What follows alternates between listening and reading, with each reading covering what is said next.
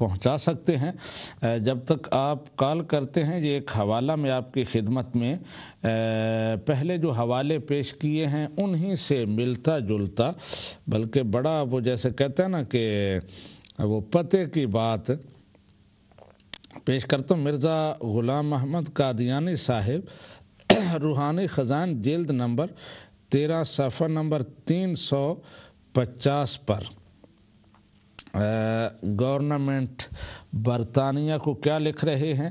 صرف یہ التماس ہے کہ سرکار دولت مدار ایسے خاندان کی نسبت جس کو 50 برس کے متواتر تجربہ سے ایک وفادار جانثار خاندان ثابت کر چکی ہے اور جس کی نسبت گورنمنٹ عالیہ کے معزز حکام نے ہمیشہ مستحکم رائے سے اپنی چٹھیات میں یہ گواہی دی ہے کہ وہ قدیم سے سرکار انگریزی کے پکے خیرخواہ اور خدمت گزار ہیں، اس خود کاشتہ پودا کی نسبت نہایت حزم اور احتیاط اور تحقیق اور توجہ سے کام لے اور اپنے ماتحت حکام کو اشارہ فرمائے کہ وہ اس خاندان کی ثابت شدہ وفاداری اور اخلاص کا لحاظ رکھ کر مجھے اور میری جماعت کو ایک خاص عنایت اور مہربانی کی نظر سے دیکھیں۔ اس خود کاشتہ پودا کی نسبت، یہ الفاظ جو ہیں میرے لیے ایک مہمہ بنے ہوئے ہیں کہ ان کا مطلب کیا ہے خود کاشتہ پودا۔ پہلے بھی میں نے یہ سوال اٹھایا تھا، لیکن ابھی دوبارہ زاہد صاحب کی مہربانی سے یہ سارے حوالے دہرائے جا رہے ہیں۔ تو کسی صاحب نے اس کی وضاحت یہ کی تھی کہ اس سے مراد مرزا صاحب کا خاندان ہے، تو اس کا مطلب یہ ہے کہ خاندان کو انگریز گورنمنٹ نے پیدا کیا، پہلے مرزا صاحب کا خاندان نہیں تھا، وہاں سے شروع ہوا ہے، یا اس سے مراد مرزا صاحب کی نبوت اور اس کی جماعت ہے، ان کا پورا پروگرام ہے، کیونکہ خاندان تو پہلے سے چلا آ رہا تھا۔ مرزا صاحب تو اپنی نسبت حضرت سلمان فارسی سے جا کر جوڑتے ہیں، اور کہیں اپنے آپ کو فاطمی کہتے ہیں، کہیں اپنے آپ کو وہ چینی اور بنی اسرائیلی کہتے ہیں، بڑی پرانی تاریخ بتاتے ہیں اپنے خاندان کی۔ تو پھر اپنے خاندان کے بارے میں یہ کہنا کہ یہ انگریز گورنمنٹ کا خود کاشتہ پودا ہے، یہ تو عجیب سی بات ہوگی۔ اس کا مطلب یہ ہے کہ پہلے اس خاندان کا کوئی نام و نشان نہیں تھا، اس گورنمنٹ نے یہ پودا لگایا ہے۔ تو اس سے یہ ظاہر ہوتا ہے کہ اس سے مراد مرزا صاحب کی جماعت، ان کی نبوت، ان کی تحریک، ان کا پورا پروگرام، اس کے بارے میں کہہ رہے ہیں کہ یہ انگریز گورنمنٹ کا لگایا ہوا پودا ہے، اور اسے درخواست کر رہے ہیں کہ یہ پودا لگایا ہے تو اب اسے سینچنا بھی ہے، اس کی آبیاری بھی کرنی ہے اور اس کی حفاظت بھی کرنی ہے۔ اور مرزا صاحب کی یہ درخواست منظور ہوئی اور گورنمنٹ برطانیہ نے اس کو سنبھالا، اس کی لک آفٹر کی، اور اس کو پھر وہاں جب کیا کہتے ہیں کہ سخت ہوائیں چلنے لگیں اور لو چلنے لگی، خیال تھا کہ یہ پودا مرجھا جائے گا۔ 1971 میں جب پاکستان کی قومی اسمبلی نے متفقہ طور پر ایک فیصلہ دے دیا تو اس کے بعد انہیں اس کو اٹھا کے یہاں لگایا گیا تاکہ یہاں اپنے سایہ میں اس کی آبیاری ہو سکے اور اس کی لک آفٹر، اس کی خبرگیری ہو سکے۔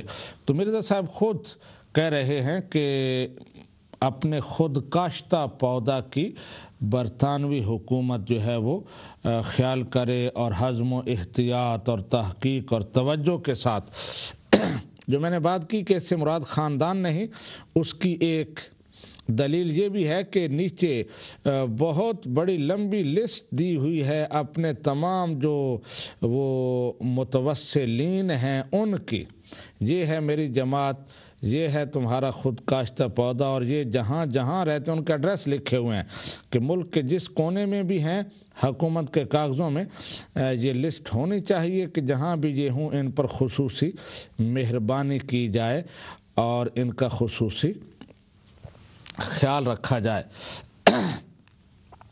سامعین و ناظرین، میں نے آج جو 4 سوالات ان کے جوابات پیش کیے ہیں، ان میں سے پہلا جو تھا وہ حدیث پاک کے حوالے سے کہ تمام انبیاء بکریاں انہوں نے چرائی ہیں اور نبی رحمت صلی اللہ علیہ وآلہ وسلم نے بھی بکریاں چرائی ہیں۔ اس پر اعتراض تھا کہ اس سے ثابت ہوتا ہے کہ انبیاء نے کفار کی ملازمت کی، لیکن میں نے بتایا کہ ایسا نہیں ہے، اس کا غلط مفہوم لیا گیا ہے۔ ایک اور دلیل یہ پیش کی گئی تھی کہ قرآن پاک میں حضرت موسیٰ علیہ السلام کے بارے میں آتا ہے کہ انہوں نے 8 سال تک بلکہ 10 سال تک حضرت شعیب علیہ السلام کی ملازمت کی، تو اس سے بھی وہ یہ دلیل لیتے ہیں کہ انبیاء نے ملازمت کی ہے، اور وہ جیسے عام الفاظ میں کہیں تو نوکر رہے ہیں کسی کے، وہ بھی غلط تعبیر ہے۔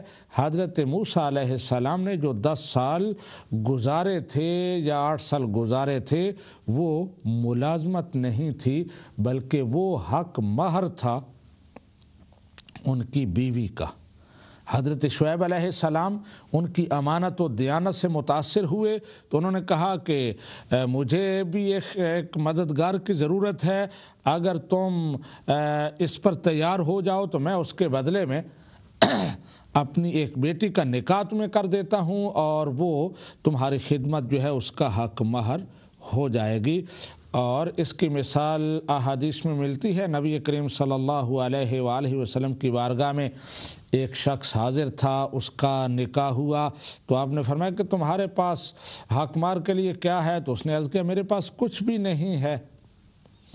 آپ نے فرمایا کہ کوئی دیکھو، ہو سکتا ہے کوئی چھوٹی موٹی چیز نکل آئے۔ تو جب اس کے پاس کچھ نہیں ثابت ہوا تو آپ نے فرمایا کہ کیا تمہیں قرآن پاک کچھ آتا ہے؟